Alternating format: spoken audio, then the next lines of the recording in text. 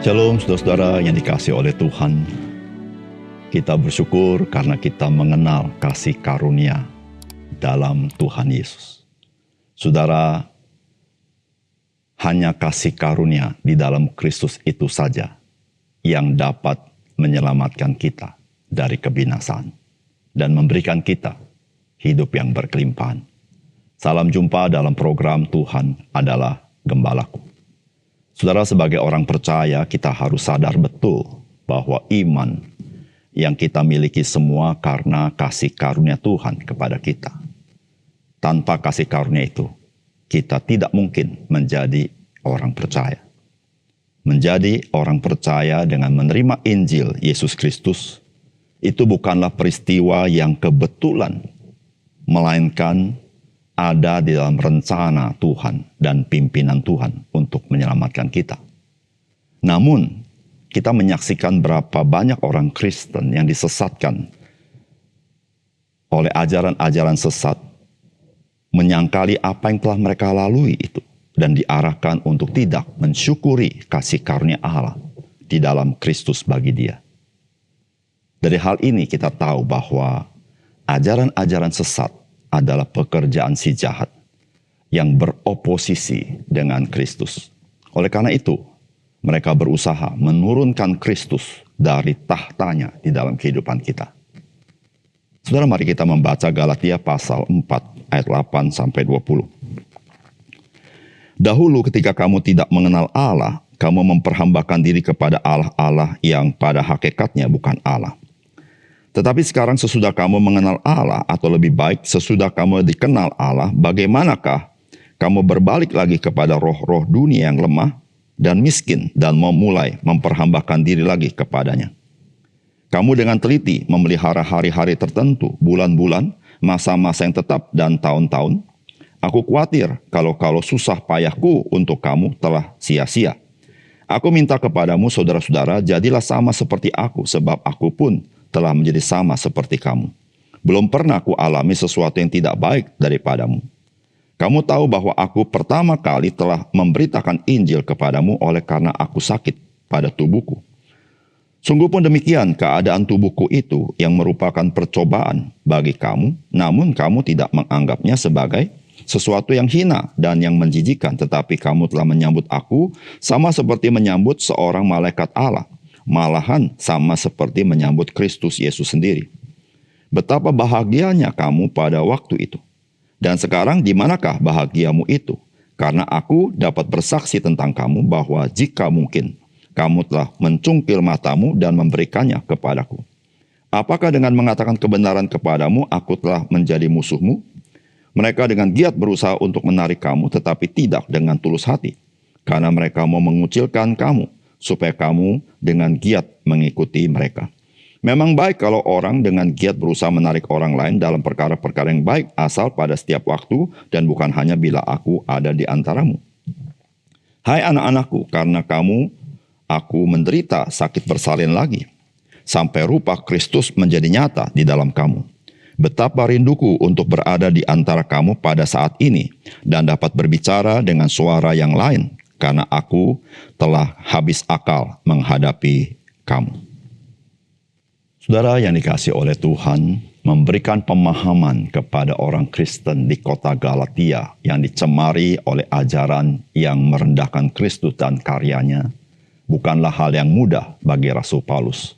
Oleh karena itu, saudara, Rasul Paulus melalui surat ini mengajak mereka flashback ketika mereka mengenal Injil.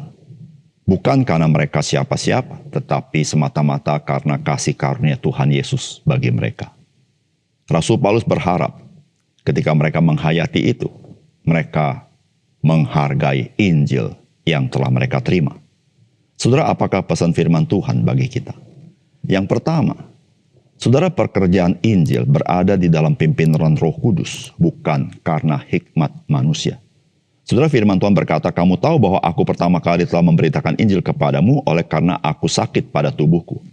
Sungguh pun demikian keadaan tubuhku itu yang merupakan pencobaan bagi kamu, namun kamu tidak menganggapnya sebagai sesuatu yang hina dan yang menjijikan.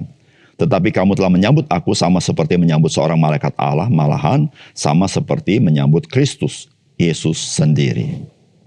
Saudara, Rasul Paulus mengenang masa lalu bagaimana Injil diberitakan kepada orang-orang di Galatia.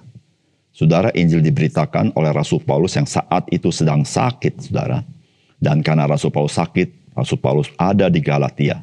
Dan itulah Tuhan bekerja melalui Rasul Paulus sehingga Injil diberitakan. Saudara, Rasul Paulus ketika berbicara ini, Rasul Paulus berbicara adalah bahwa sakitnya Rasul Paulus itu adalah di dalam pimpinan Tuhan. Sehingga kasih karunia Tuhan boleh dinyatakan kepada orang-orang di Galatia. Saudara, di sini Rasul Paulus mau memberitahukan bahwa mereka menjadi orang percaya. Bukan karena mereka siapa-siapa. Bukan karena mereka baik. Tetapi ada rencana Tuhan, ada kasih karunia Tuhan kepada mereka. Sehingga mereka boleh mendengar Injil melalui Rasul Paulus. Dan mereka boleh percaya. Saudara yang dikasih oleh Tuhan. Terhadap pengajaran-pengajaran yang seliweran di sana-sini, yaitu ajaran-ajaran yang menentang Yesus Kristus atau ajaran-ajaran merendahkan Yesus Kristus dengan ajaran-ajaran yang sesat. Saudara, mari kita memandang kembali akan kasih karunia yang Tuhan Yesus berikan kepada kita. Saudara, dengan demikian, maka saudara, kita boleh menjadi orang-orang percaya yang teguh iman kita dan bersyukur kepada Tuhan. Saudara, ketika kita flashback akan karya Tuhan di awal-awal dalam hidup kita melalui Injilnya. Saudara, disitulah yang memberikan hati kita berkobar dan kita menghargai apa yang Tuhan berikan kepada kita. Saudara, banyak pengajaran di dunia ini yang berusaha merenggut kita dari Yesus Kristus sehingga kita tidak mengikuti Dia. Saudara, mari arahkan pandangan kita kepada kasih karunia Tuhan itu. Saudara, disitulah saudara, kita tidak akan terjerumus oleh ajaran-ajaran yang palsu. Tetapi kita semakin bersyukur dan kita didorong semakin melayani Dia dan berkobar-kobar memberitakan Injilnya. Yang kedua, saudara, persekutuan orang-orang percaya akan dirusak oleh ajaran-ajaran sesat. Sehingga di antara orang-orang percaya bisa terjadi perselisihan dan perpecahan. Saudara, firman Tuhan berkata, apakah dengan mengatakan kebenaran kepadamu, aku telah menjadi musuhmu? Mereka dengan giat berusaha untuk menarik kamu, tetapi tidak dengan tulus hati.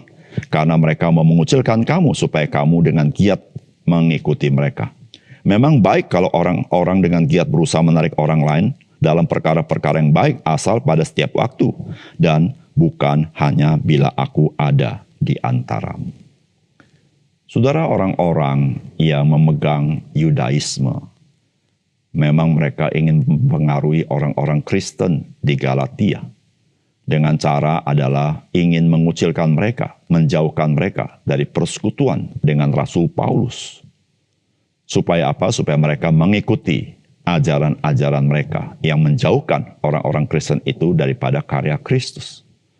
Saudara, Rasul Paulus mengingatkan mereka bahwa apa yang dilakukan oleh pengajar-pengajar palsu tersebut, saudara, mereka ingin membuat orang Kristen berselisih paham dengan Rasul Paulus. Saudara, dengan demikian, maka mereka mudah sekali untuk disesatkan oleh ajaran-ajaran yang merendahkan Yesus Kristus.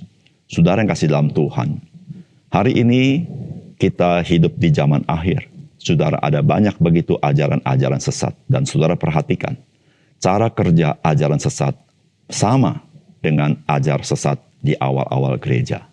Yaitu saudara, mereka berusaha mengucilkan kita, menjauhkan kita daripada gereja Tuhan. Menjauhkan kita daripada pengajaran firman Tuhan yang sehat dari dalam gereja. Dan mereka menarik orang-orang Kristen untuk ikut mereka. Dan membuat orang-orang Kristen berseteru dengan orang-orang Kristen yang lain, atau berseteru dengan hamba-hamba Tuhan yang baik yang mengajarkan Injil yang benar. Saudara, ini selalu yang terjadi.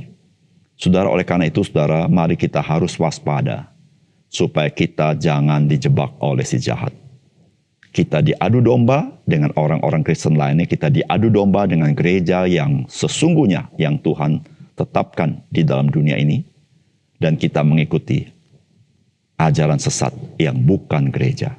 Karena gereja didirikan di atas iman kepada Yesus Kristus. Saudara, di luar itu bukan gereja. Saudara, kita percaya kepada Yesus Kristus sebagaimana Alkitab katakan. Dia adalah Tuhan, Dia adalah Juru Selamat, dan keselamatan cukup ada di dalam Dia. Mari kita berdoa. Bapa surga, terima kasih untuk kebenaran firman-Mu. Biar Tuhan memberkati, sehingga firman Tuhan meneguhkan kami, sehingga kami menyadari apa yang kami jalani dalam hidup ini semata-mata kasih karunia Tuhan. Jikalau kami boleh percaya itu kasih karunia Tuhan, bukan kebetulan. Berikan kami iman yang teguh di dalam kami menghadapi kehidupan kami tidak mudah. Tapi kami percaya Tuhan, Engkau tidak tinggalkan kami. Dalam nama Tuhan Yesus kami berdoa. Amin.